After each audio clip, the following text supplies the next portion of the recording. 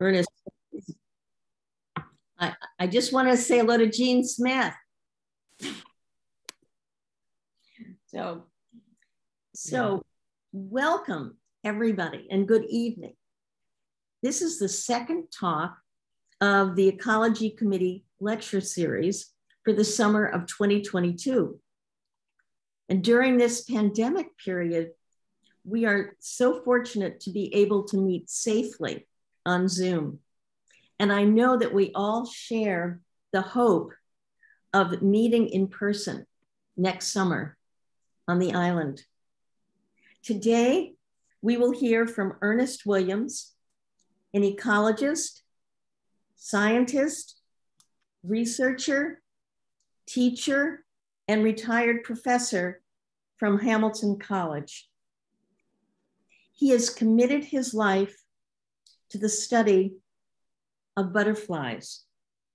Since 1998, he has been coming to Monhegan to study the butterflies of Monhegan. Ernest Williams is the William R. Keenan Professor Emeritus of Biology at Hamilton College. And he's the author of the Nature Handbook, published by Oxford University Press. And he's the co-author of the Stokes Butterfly Book.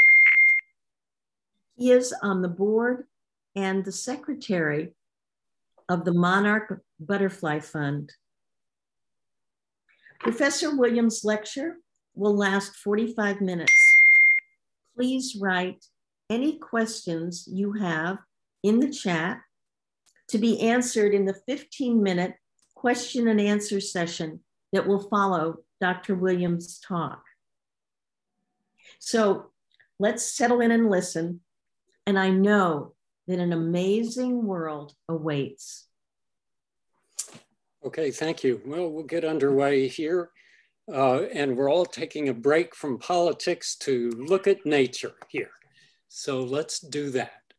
And I want to get this shared. So can everyone see the screen? See the slide all right? We're okay. So this is a talk about the butterflies on Monhegan. And this is driven by two components. When I started looking at the butterflies there, the first question was, how many species are there? And then that led to a second question of which species are there and what's happening with them. And so that's the overview of what we're going to do. Now, I do start with two assumptions about you who are listening in. The first one isn't that important, that I think most of you know about Monhegan, what a special place it is, as this photo shows the village and the lighthouse looking across the harbor. Monhegan is a wonderful place for nature, for birds, for butterflies, for scenery, and so forth. And when I'm there looking at butterflies, I'm looking at birds too. So I had to put in two little photos on the side. One is a Sora that I saw at Ice Pond, and the other is red-eyed vireo. And you may notice the vireo has picked up a caterpillar, and that transitions to the talk on butterflies. People like butterflies. They're pretty, they're daytime, we see them. Besides, how could you not smile if you had a butterfly on your nose? Now, I think that there are a few people who know some things about butterflies. I suspect that most of you are interested in nature and know more about nature in general than butterflies in particular. And so I think those features will come through. There are a couple of data slides, but a lot of photos as well. Now, okay, so the context. First, I need to set the background of what we're looking at on, again, how many butterflies are on Monhegan and which ones, a little bit on the survey that I ran, and then a number of photos about the butterflies themselves, and talk about changes over time and things to know about them. All the photos are mine, except a few that I've labeled, that I've taken from iNaturalist, as you will see. So first of all, we need to set the context. If we're talking about how many butterflies are on Monhegan, there are two very broad biogeographic patterns. Patterns in the distribution of life on Earth, life geography maps. The first most conspicuous pattern is that there are more species in the tropics. This is known generally as a latitudinal gradient in species diversity. So if we look at Costa Rica, that has 20,000 square miles, there are 1,500 butterfly species. Look at Maine, twice the area, there are 120 butterfly species. So the first thing that this says is if we're looking at butterflies on Monhegan, we're not going to be swamped by thousands. We're going to be able to see how many are there and understand them. Now, again, because I expect many of you are birders, I did add this table that just shows this latitudinal gradient applies to all living organisms. And if you look at breeding birds, Greenland 56, New York 105, Guatemala 469, get to the country of Colombia, there are a lot of breeding birds. This latitudinal gradient is one of the most conspicuous patterns in the distribution of life on Earth. The second most conspicuous pattern is that when you look at a bigger area, you find more species. And this may seem intuitive to you or obvious to you. Here I'm showing, for example, Maine, 35,000 square miles. There are 120 butterfly species. Monhegan is roughly 1 square mile. So how many butterfly species on Monhegan? And the quick answer is there are more than you would think by this comparison, as you'll see. Now, the latitudinal gradient, ecologists have been interested in this and studying this for a long time. And the answer as to why it exists is a little bit complicated. But the species area curve, it's pretty clear. When you look at a small area, there's less habitat diversity. For example, look at the state of Maine, there's Mount Katahdin. There are habitats on Katahdin that you do not find on Monhegan. And also in a smaller area, populations are smaller, so we start losing rare species. And I do have a graph on the right here that a student of mine and I looked at the number of butterfly species in the same area squares of land across a latitudinal gradient in North America. And you see very conspicuously that at high latitudes, there aren't so many, maybe 50 in one of these squares. And as you go towards the tropics, there are more.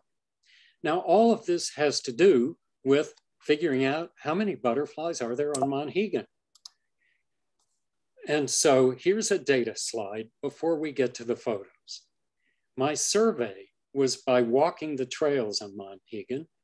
And for 13 years, from 1998 to 2018, I was on Monhegan for really 3 to 5 days each year for 13 of those years. And I surveyed all the butterflies I could find by walking the trails. And if you look at this graph, what it shows is that the first time in 1998, I went out, found 10 species. The second time I was on Monhegan, I found 13 more I had not seen in the first survey.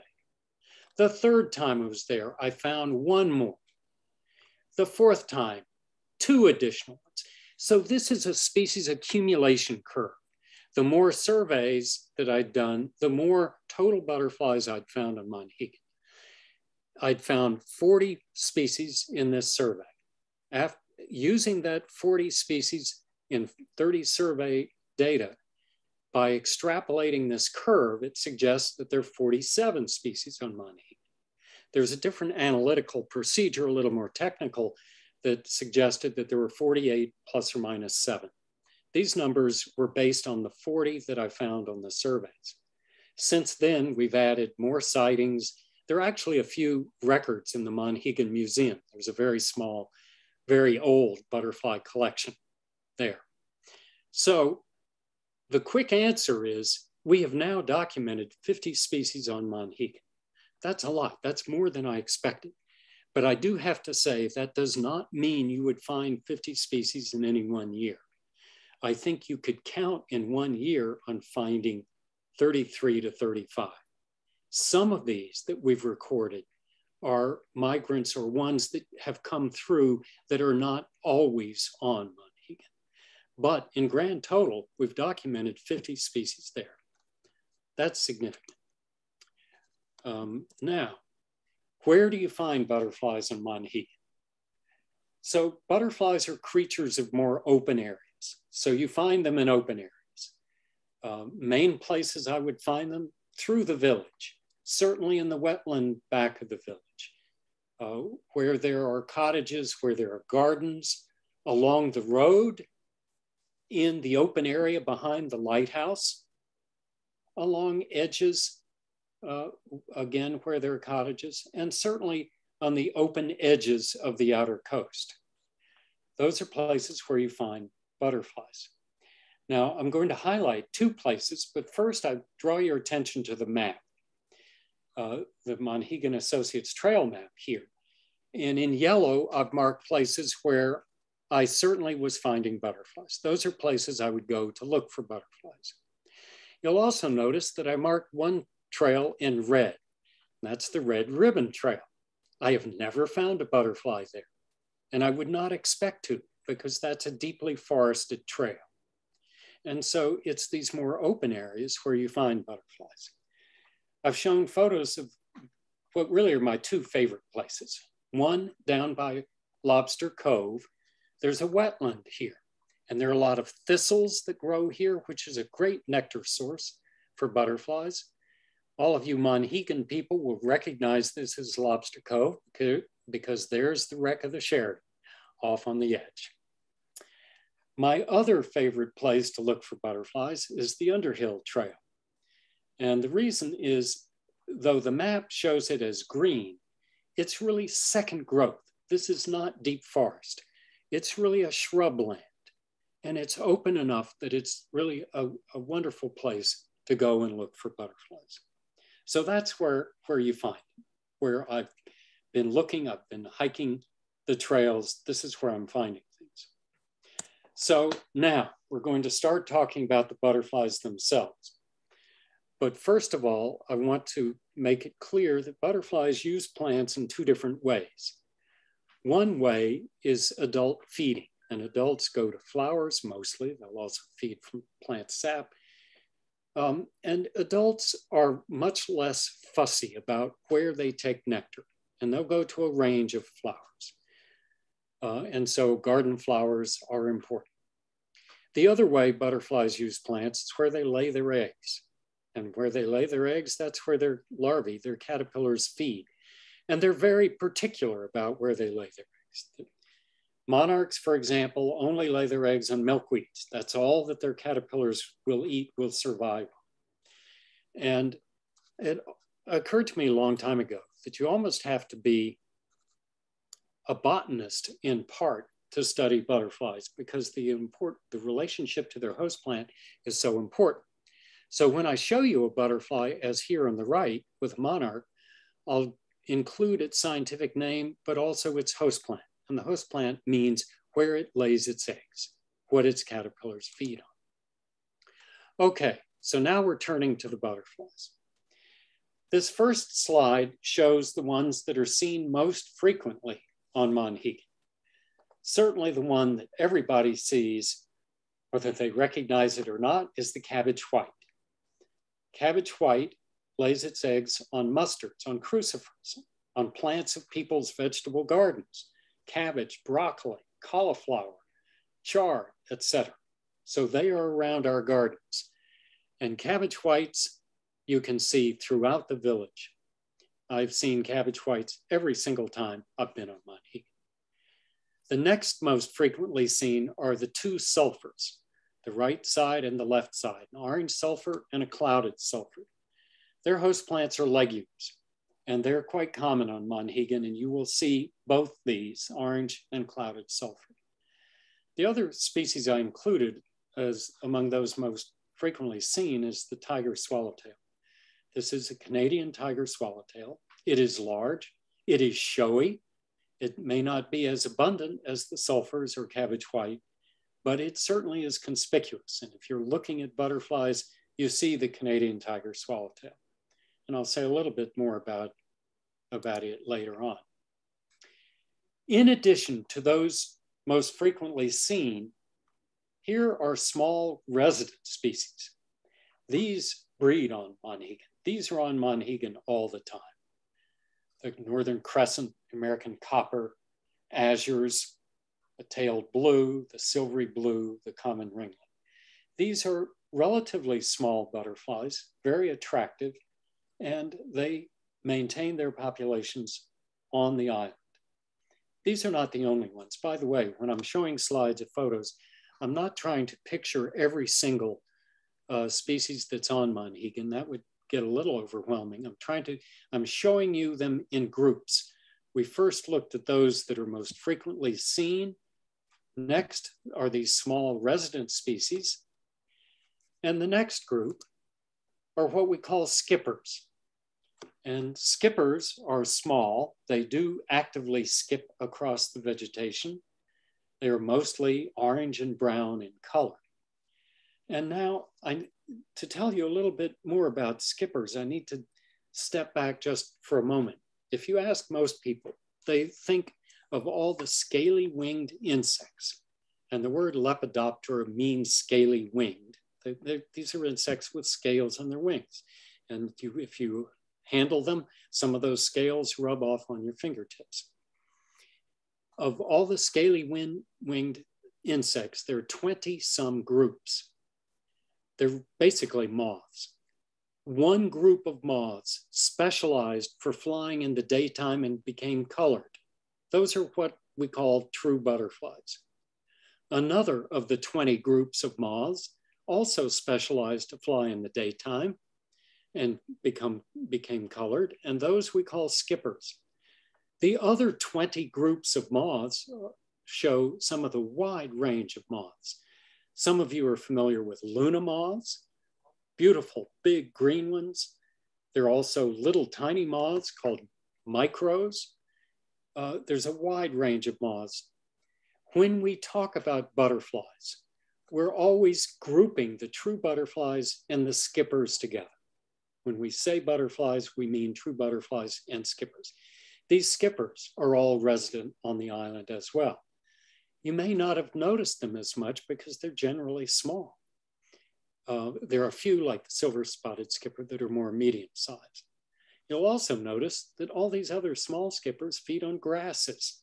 They're grass specialists. So those are the skippers. The next group are the large migratory species. And these come through Monhegan every year. They may not breed there. Some of them certainly do not breed there, but they fly to the island. They're strong flyers. 3 of these are very strong migratory species. Monarchs, certainly. The odds are you know a little bit about monarchs. And if we have time and if you have questions at the end, we'll come back to monarchs. Painted ladies are large, strong flyers that come up from more southern states during the summer, sometimes in great numbers. Same with red admirals. Every once in a while, we have a year in which there's an explosion of red admirals. And about 10 years ago, there were red admirals everywhere. American lady and the question mark are 2 species that are more regionally migratory. They don't undergo the extensive migrations that the other 3 species do, but they readily fly out to Monhegan. American lady and question mark. And if you're out looking for butterflies, you'll see these. I'm going to tell some stories about some of these species in a little bit. Another group are southern migrants. These are species that really live in the southern US.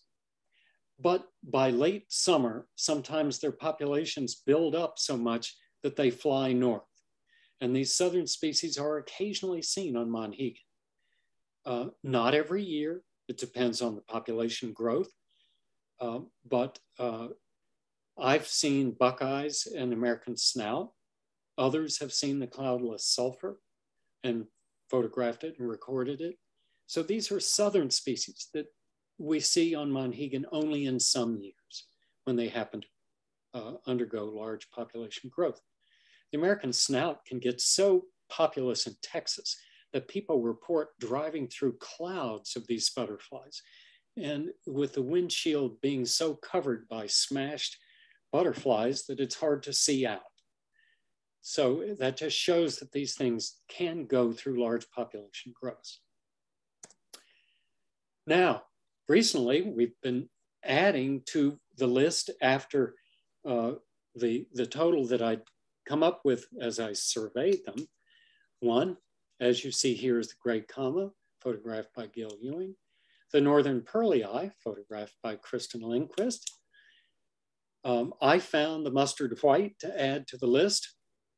And at the time that I finished the survey, I had seen Harris's checker spot years ago, and then it disappeared. For 10 years, I didn't see it. And I thought maybe it had died out on Monhegan, but then it reappeared just recently.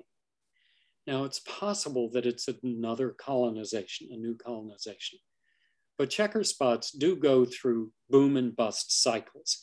And I think it's more likely that a few Harris's checker spots were maintained somewhere else on the island and came back. The place where I found the largest colony of them is on the Underhill Trail, where there's a lot of their host plant, the flat-topped aster. So these are recent additions that help bring this total right up to that 50 total. Now, let me tell you some stories. These are stories about these butterflies. First of all, the painted lady in the upper left. This is the species that school kids get to raise in classrooms if they're going to learn things about insects raising butterflies. Well, the painted lady, believe it or not, is tied to El Nino. El Nino is a phenomenon that leads to warmer water in the Pacific Ocean and leads to heavy rains in central and northern Mexico. Under those heavy rains, there's a lot of vegetative growth. With a lot of vegetative growth, painted ladies explode in abundance. And here's a prediction.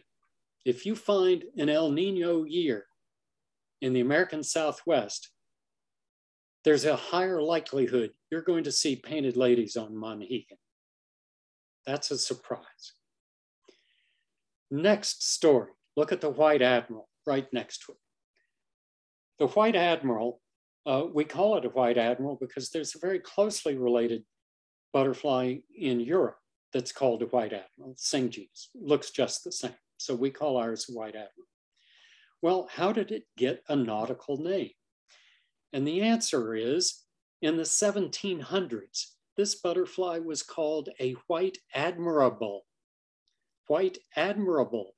Well, just think of what happens to pronunciation and names over time. And that's how a White Admirable became a White Admiral. In fact, there's one big name American lepidopterist who insists on still calling them White Admirables. Then the Red Admiral in the upper right. I've already said that these things sometimes undergo great population explosions, and we see a lot of them, in which every nettle plant has caterpillars on it. The one thing I like about Red Admiral, its name is Vanessa atalanta. And Red Admirals are very quick. If you see one and you disturb it, it can take off and you would have a hard time following it. And I like that fact that it's named Atalanta, which comes from Greek mythology. Atalanta was a very attractive woman that a number of men wished to marry, but she was very fast. And anyone who raced against her, if they lost a race, they were killed. The only way a man could marry her was to beat her in a race.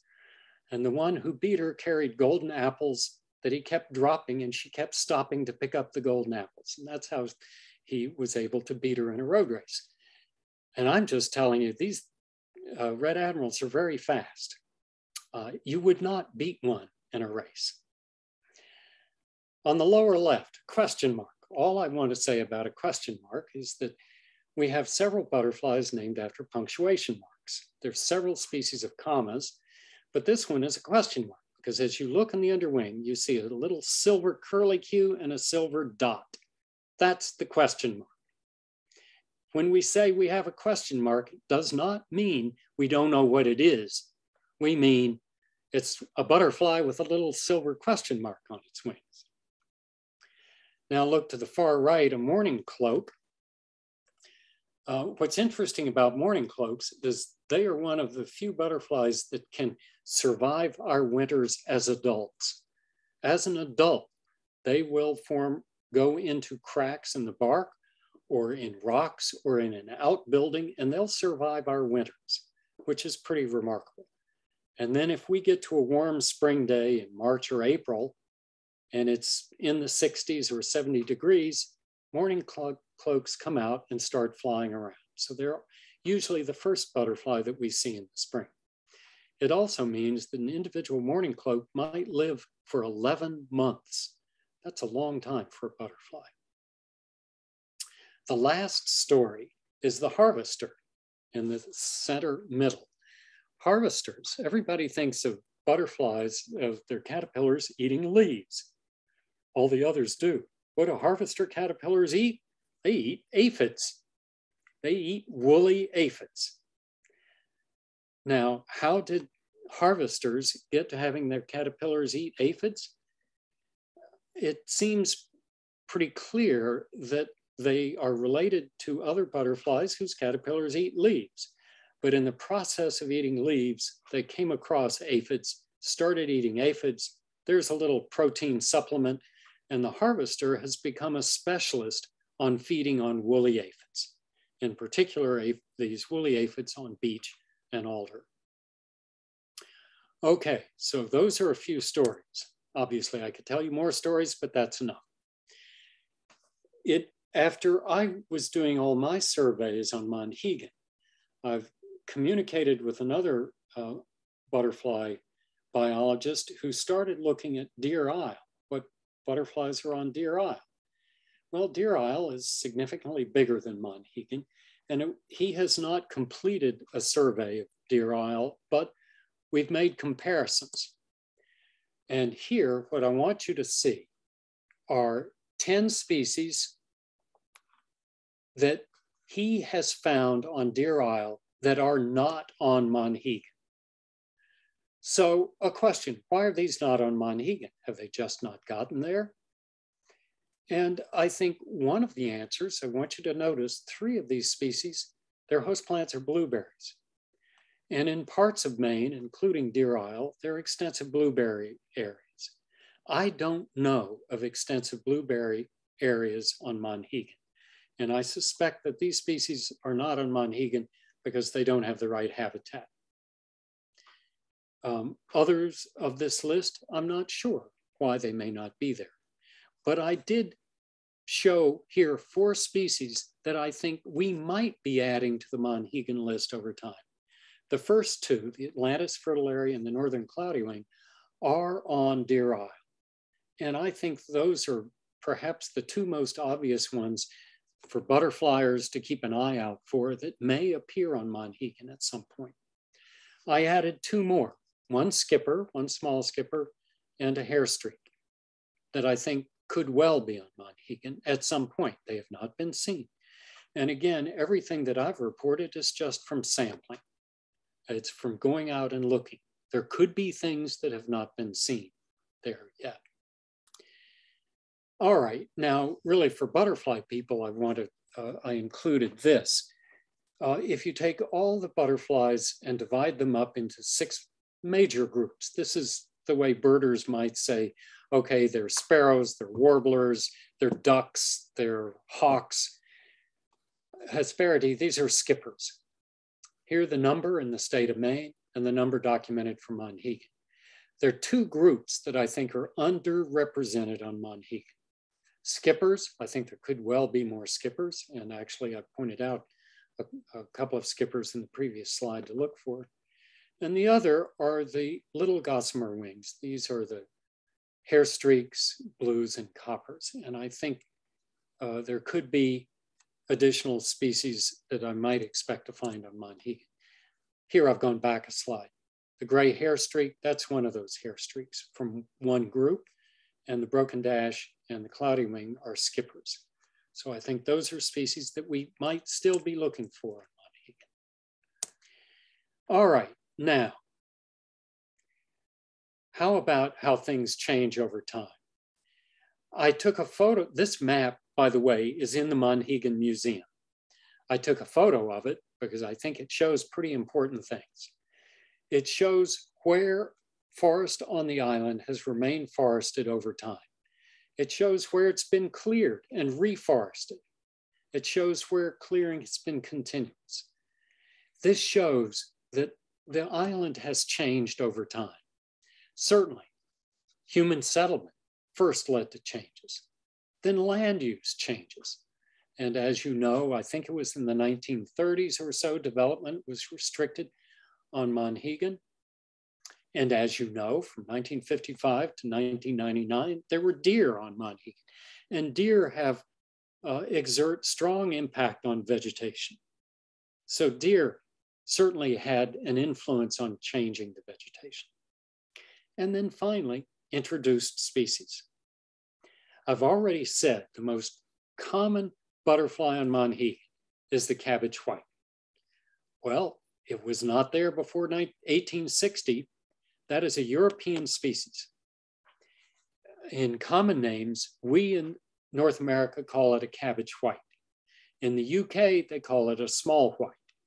It's the same species, Pieris rapi, that uses crucifers, these garden plants. Also, another species on Monhegan is what we call the European skipper. In the UK, it's called the Essex skipper, Thymelicus lineola. And it was introduced to North America about 1910. So these two species are part of the Monhegan butterfly fauna, but not historically. They're introductions. The European skipper undoubtedly came in with a load of hay. Its host plant is Timothy grass, which is a common component of hay.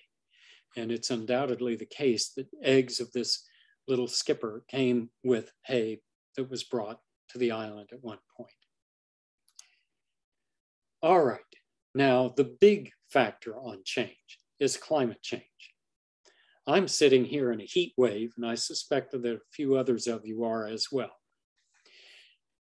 The figure of the US in the upper right shows how much warmer places have been in the last 30 years compared to the 20th century average.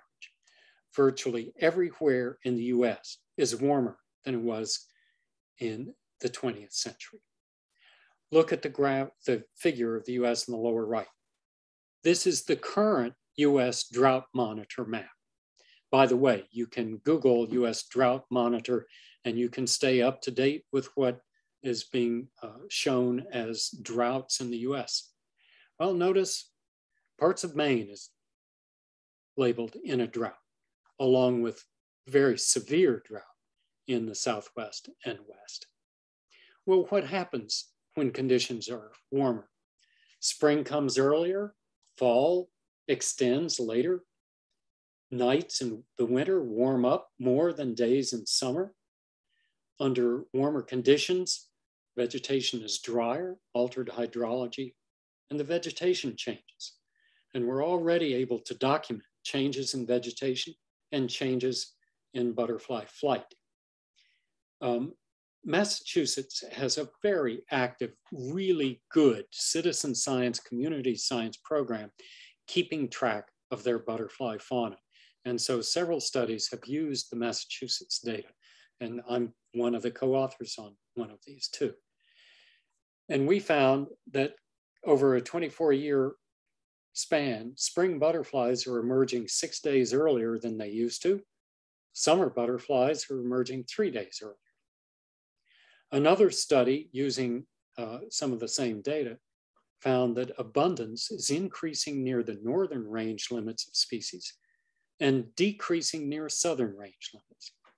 What that means is that species are moving northward as environmental conditions change, as the climate warms up. The range the ranges occupied by these species are changing, they're shifting. These are some of the changes. Well, there are other changes. I wasn't sure about showing you this, but this was an email that came out from a group of butterfliers on Sunday.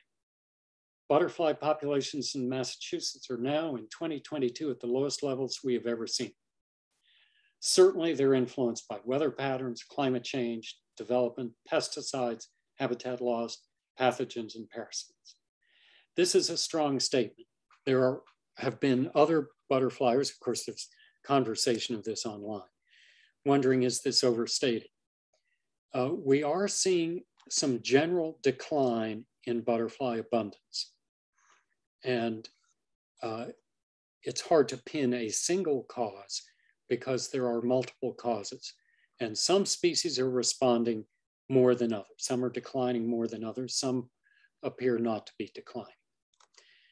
And that leads me to what could be a big topic, but I'm not going to go into it as a huge topic because I could, and because I've worked on monarchs for the last 15 years. But to tell you a little bit about monarchs briefly, this upper photo that shows monarchs feeding on asters, I took this at Lobster Cove. This is in that wetland, one of my favorite areas on the island. And the three lower photos are from their Mexican overwintering grounds, where monarchs are so dense when they've aggregated over winter that here they've covered a bough of a tree completely. On the right side, they've covered the bark of a tree trunk. And when it's warm, they have to fly out to drink, and you can be surrounded by tens of thousands of monarchs. But these numbers are going down. And I think because I have a couple of minutes, I'm going to skip ahead quickly to a slide that I was going to leave out and say, if you look at what's happening to monarchs, and I tell you this because people are looking at monarchs on Monhegan too.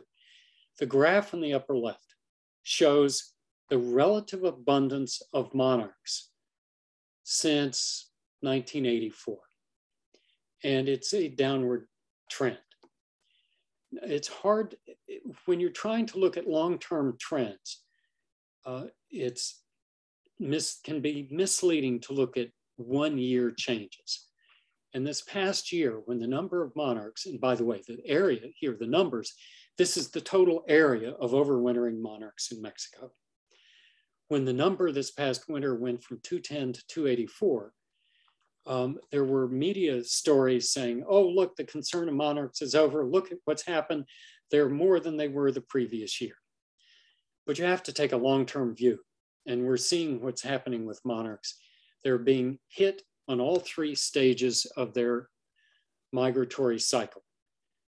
Their breeding up in the US is being hit by industrialized agriculture that uses a lot of Roundup-ready crops, and Roundup kills milkweeds, and there's a real decline of milkweeds in the central US. They're being hit in their overwintering grounds in Mexico by illegal logging that is reducing the buffering effect that keeps them safe during the winter. And climate change is affecting the migratory corridor down through Texas into northern Mexico, where they have to feed on nectar on flowers as they're migrating southward to survive the winter. The monarchs that we see in the eastern US all go to Mexico. There are a few stragglers that go to the Miami area. But the Miami area of non-migratory monarchs are beset by a higher incidence of a parasite load. Monarchs west of the Rockies tend to go to coasts, to aggregation areas along the California coast. Monterey, Pacific Grove, and the like. And there's stories, we could go into much more detail of what's happening with monarchs, but suffice it to say that it's really remarkable that a monarch, which has the weight of a paperclip, this is a butterfly that weighs as much as a paperclip, and it can fly 2,500 miles from Maine to central Mexico to spend the winter. And if it survives the winter, it then starts migrating northward. It lays eggs in Texas, and the one that overwintered dies. Then the monarchs that come out from those eggs laid in Texas, they're the ones that come back up here. They lay eggs, and then their offspring start filling in habitat. Now, to go back, today there was a big item in the news media this morning that the International Union for the Conservation of Nature, which is the big international unit, has declared monarchs endangered and put them on their red list. The US has not put them on an endangered species list. The Fish and Wildlife Service a year ago declared monarchs to be warranted to be included on the endangered list, but precluded because other species are in greater need than monarchs. I have to add quickly that it's the migratory phenomenon that is at risk here. Monarchs as a species are not going to die out. There are non-migratory monarchs in Guatemala and elsewhere, but it is the migration of monarchs up through the eastern United States that is at risk. This is considered an endangered biological phenomenon. And so you're going to be seeing a lot more stories about monarchs. And monarchs play a role on Monhegan. They're one of the most predictable things to see on Monhegan late in fall as monarchs come through and gather in that big wetland area at Lobster Cove. And so I'm going to end with a couple of things. First of all, this talk is brought to you by Monhegan Associates. And I want to point out that Monhegan Associates looks after a large part of Monhegan, and they're responsible largely for maintaining the very special nature of Monhegan that we all appreciate. And I want you to acknowledge that, the good work that Monhegan Associates does, and to support them. I want on the side to acknowledge the Beck family for use of their cottage while I was surveying butterflies. And then lastly, I want to tell you there's a new book coming out, Butterflies of Maine and the Canadian Maritime Provinces. But I can't show you the book yet because it's not coming out for another year from Cornell University Press. Here are the authors. They know a great deal about butterflies in this region. This is going to be a wonderful book, and I highly recommend it. With many photos by Brian Pfeiffer. Some of you know Brian from Monhegan, and others. So this is a wonderful book to be looking forward to that will give you ever more up-to-date current information on the butterflies of Maine. And by the way, all of my Monhegan records are used in this book. And then with that, I will just stop with Sunset over Manana and say that, of course, I'm happy to take questions. So I turn it back to you. Thank you so much, Professor Williams, for a really wonderful, wonderful, enlightening lecture.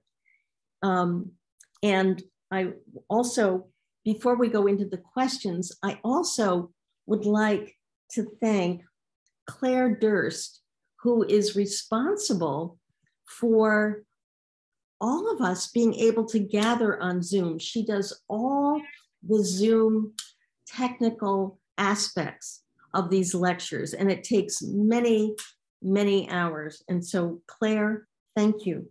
And I also want to thank Rebecca Fitzpatrick, who does all the work on promoting these lectures, putting them on the website so people far and wide can come to lectures like Dr. Williams' lecture and have worlds on Monhegan opened up to them. So with that, Tish, are you doing the question and answer?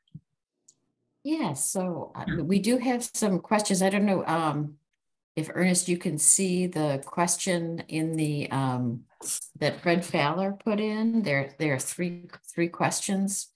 Oh, yes. In the chat, or two, yeah, yes, three questions. Okay, first, is there a symbiotic benefit to the plants that host butterflies? some butterflies are good pollinators.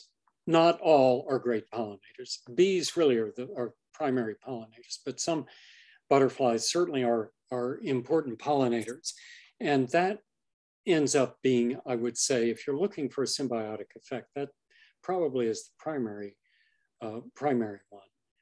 one. Are there true butterflies that are considered destructive invasive? Any of the true butterflies? Well, cabbage white is a true butterfly. And I think a lot of people with vegetable gardens would call that quite a pest. In fact, the first year that my wife and I grew broccoli, she harvested the broccoli, cooked it up for supper. I ate a bowl of it, and there at the bottom of the bowl were all these little steamed caterpillars. And I went out and harvested an equivalent amount of broccoli from where she had taken it, rinsed it in salt water, and I found 30 some caterpillars. So I figure I ate a bunch of them without effect, without any effect that I know of. Anyway, I think the point is the cabbage whites, many people would consider a pest. Destructive, invasive. I would not say, I cannot think of any that are destructive. There are other butterflies that lay eggs on plants that people care about.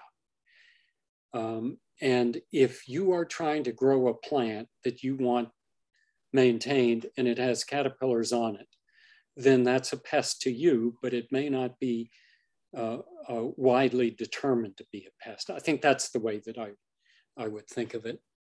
And what's the relationship between milkweed and black swallowwort and monarchs? Black swallowwort is a problem. It's an invasive plant, and monarchs are attracted to lay their eggs on it, but their caterpillars don't survive on it. So it's a trap. Mm-hmm. And that's the problem with black swallowwort.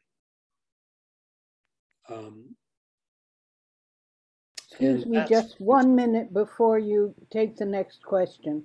I want to remind everyone that this will be has been being recorded, and after the meeting today, tomorrow I will send out a link to the recording in case you missed some of it. Thank you.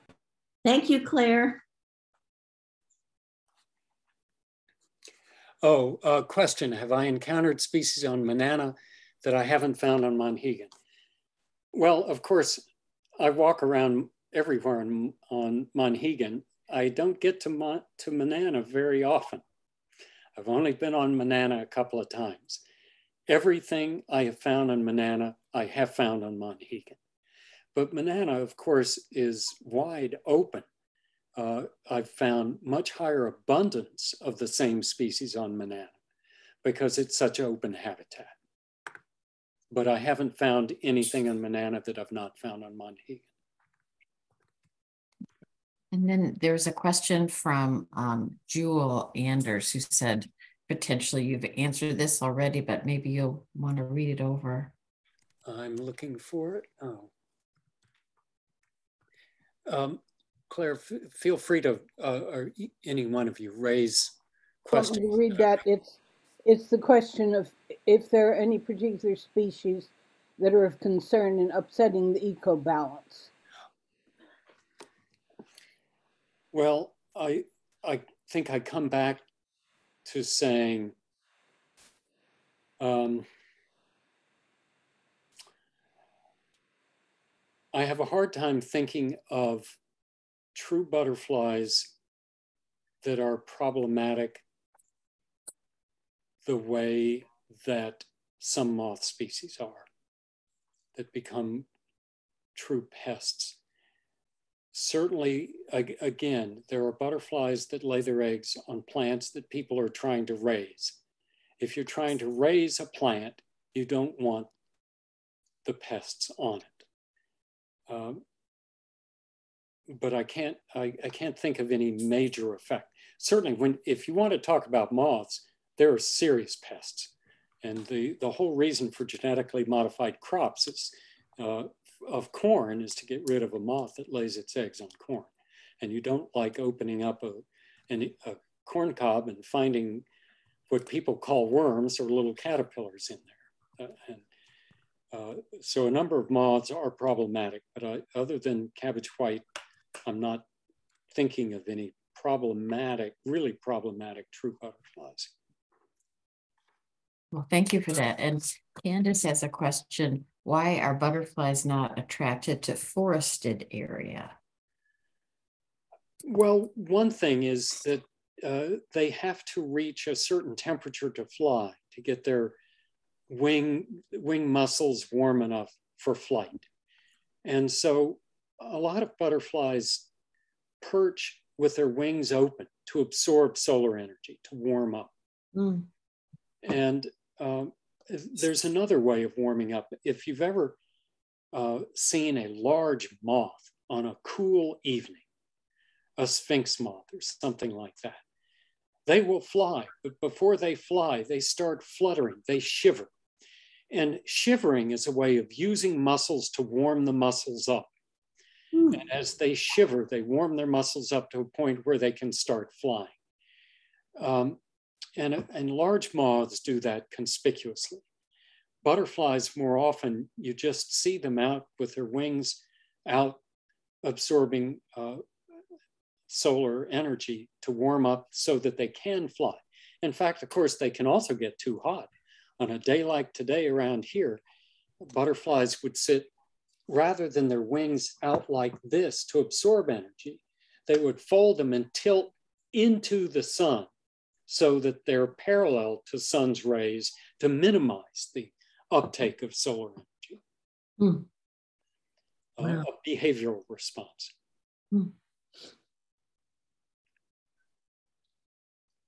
I have another question, which is that I live in the San Francisco area, and I'm just wondering what I should plant in my garden to help the monarchs.